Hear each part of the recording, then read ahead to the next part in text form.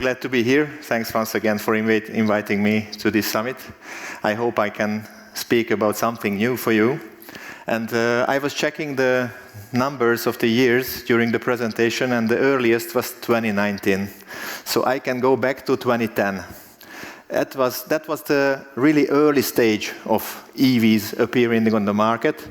And I was lucky enough to be the technical trainer at Nissan in Hungary at that time. So I was able to learn everything about the EVs right after the birth of them. So this is a special knowledge, and it can be used now with the multi-year experience very well during our daily job at Gablini Automotive. But who is Gablini Automotive? Gablini Automotive is a dealership, as you've heard during the pre-conf. We are selling more than 10 brands and repairing all of them as OEM certified repair centers. But what makes us special in relation to EVs is that we are the only authorized battery repair center for several brands in Central Eastern Europe, which means that we repair the Hungarian, Slovak, and Czech batteries of vehicles which have issues during the lifetime. This we do not only in warranty, of course we do in warranty, but also after warranty. I can tell already after warranty because the first generation Nissan Leafs, for example, which are the most number EVs in Hungary still, are already out of warranty, and we receive a lot of customer questions, requests, in order to repair the batteries or check the batteries if they can be used more. So this is very important because to be sustainable, we cannot throw away a 10-year-old vehicle to the waste, but we should keep it on the road. Because if we throw it away, then the environmental friendly behavior of EVs will be not be there anymore. So as an early mover, we have a lot of experience in this topic. So I would like to show you how we do it and what is the background of this. I saw a lot of charts about the EV boom in Europe. I saw the charts that in Europe, now it's around 26% of NEVs, so any kind of electric drive included vehicles. So it will be soon 30%, so it's not a question if they will be here with us. It's the question if we can repair them, if we can repair the battery packs in case of any failure. As you can see here, there are several higher costs in relation with the new battery purchases. Because, let's be honest, OEMs are not interested in selling battery packs. They are interested in selling new vehicles. So the vehicles out of warranty will not be, let's say, good to buy a battery pack for more than the price of a new vehicle. So these prices are mainly artificial prices, but if we compare them with the repair costs, you can see that it's around 80% lower cost to repair a battery pack than to replace it. And there is a growing demand, as I told, because EVs, old EVs are getting cheaper and are getting into our countries, and people starting to use them as an entrance to the EV world. And of course, the sustainability is very important. We recently had a campaign. I don't tell the OEMs, but these vehicles have battery capacity below 70%, so they would be eligible for battery replacement, but those batteries were no longer in production. So what did the OEM do? They bought back the vehicle on the price with a good battery, and they put it to the scrapyard. So this is not what we want to do with EVs. We want to keep them on the road, because otherwise, as we heard during the day, 100 times less moving parts are included in these vehicles, so they build for good. Customer benefits, as you saw, 80%, 60 to 80% decreasing of the costs of repair, and maintaining the resale value. It's really important because an electric vehicle with a faulty battery, the resale value is close to zero, because if nobody can repair that, nobody will buy it. Business advantages are good because you can create human hours. You can create with one repair around 14 hours, because normally the battery repair should be handled by 2 technicians at the same time due to security reasons. And of course, as I told, we repair the Nissan, we repair the Hyundai Kia, and for the Stellantis, we are still not able to repair because they replace, they don't let the dealer network repair the batteries, at least in our region. But our goal, and our owner, Mr. Gablini, is member of SECRA. Their goal is to provide, their goal is to get the data from the OEMs, how the batteries can be repaired, and we would like to get the possibility to repair any brand's battery. And what gets fixed? Here you can see a battery pack which is dismantled, and you can see a short diagram from the battery inside. These are the voltages of the cells inside the battery pack. For example, here you can see that this cell is less. The voltage of the cell is less than the rest, which means that that cell has lower condition than the rest. And if one cell is lower, then it affects the whole battery. So always the weakest cell will provide the final range of the vehicle. So in this case, if we replace this cell, actually we cannot replace cells, I will speak about that later. We can replace modules, which are the group of cells. Then we can put back the voltage level to this line, so the range will be much better than before the repair. And then we can reprogram the BMS, that's called the battery management system. We can repair the thermal management system, for example, sensors and so on. You can imagine if one sensor gets broken in a battery pack and you cannot repair it by the OEM, you should replace the battery pack due to the fault of a 10-euro sensor. That's anything, it's not sustainable. So we should be able to repair these, and if we repair these, it will be much better for customers and also for the environment. But there are some constraints and the success factors. For example, until today, there is still no standard criteria for technicians who can repair the high voltage batteries.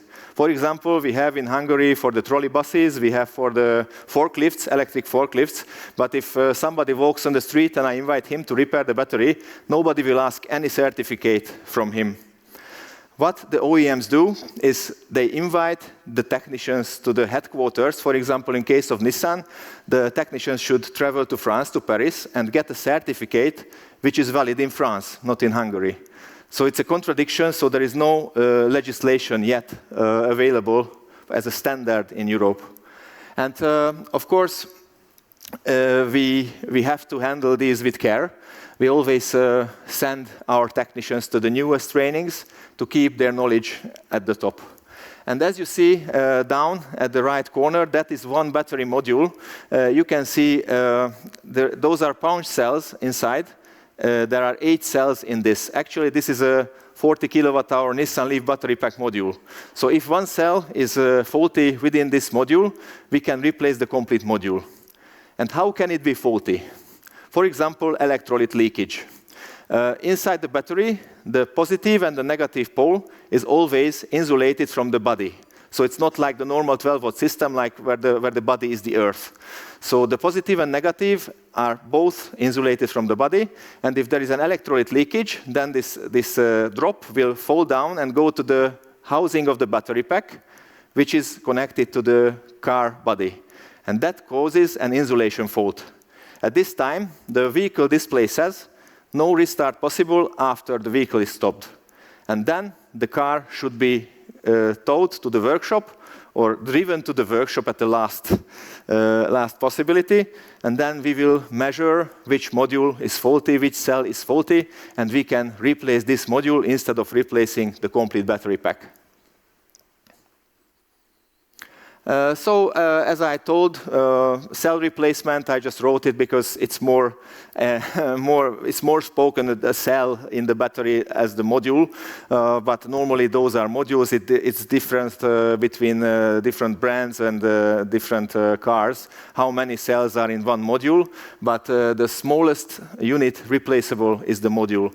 And according to our experience for this 12 years, more than 12 years, 85% of the faulty battery packs were economically repairable. What that means, only 15% of the battery packs coming to us needed to be replaced. For example, swollen pack, it means that it was overcharged or over-discharged or stored at a low state of charge. That harms the battery, and if it's swollen, so you cannot replace one module because all the modules are faulty. And then the rest, for example, relays, for example, software updates, for example, insulation or sealing or cables, those are really marginal from cost point of view compared to the complete battery pack's value. And the profit margin, it's very important because at the end, we need to earn money with this repair processes. And the point is that if you buy the parts, you will never have that huge margin on the parts, both from the OEM, like you have on your own manpower. So as you can see, as a 14-hour job, from a cost point of view, costs like this, and then you have around 40 to 60% of margin on this kind of job. So, and the rest, which is very important, and all the workshops and the after-sales divisions were afraid when the EVs appeared. As I told, 100 times less parts moving in the car. How will we get the profit from after-sales? Here is the solution. You should be able to repair the battery packs, and you will provide sustainability, you will gain customer satisfaction, and in the end, remarketing, because all customers will come back to you for the repair of the batteries. So as a conclusion, we can reduce the waste, we can extend the lifespan of the vehicles, we can have high margin jobs in the workshop, and we can use our time very well to make the customer happy and to have the EVs reputation high. And one more thing, which is in close relation with the EVs, is vehicle to grid. At Gablini Automotive Group, we are part of an Interreg EU-funded consortium where we are developing the vehicle to grid function within our countries. Because country by country, the grids are different, so there is no yet standardized vehicle to grid function. We already did some tests on the Tesla, which everybody told is not possible to put the current back to the grid. It was successfully working, and we are still in this project until the end of 2026. This is one thing where customers or fleets can earn money by owning an EV, because if you connect it to the grid and let it take the battery current to the grid, then you will get a free of charge current in return. So you can earn the money by only owning EVs while not using them but parking them. If you have any questions, just type it on the wall, or I'm here until the end of today, so I'm approachable and I'm ready to answer for your questions. Thank you. Thanks a lot, Daniel. Just one question. Which ones can you now really repair? So Nissan, Mitsubishi, Renault? Whatever we get the parts for. So there's one group where you don't get it for? we repair mainly Nissan, Kia, and Hyundai. Yeah. Okay. But we could repair any brand because we have the technology, we have the dedicated area. But the problem is that OEMs are not willing to sell the parts. When I was at Gablini, I was surprised about the space you need. Meaning the small space you need. Actually, you don't need a lot of area. You don't need a lot of square meters, actually. Yeah. What is the size? Size is 6 by 6 meters. 6 by 6. And there is no oil. You have the gloves. So it's a very clean job. Okay, good. Thanks a lot for sharing. Thanks, Daniel. Thanks.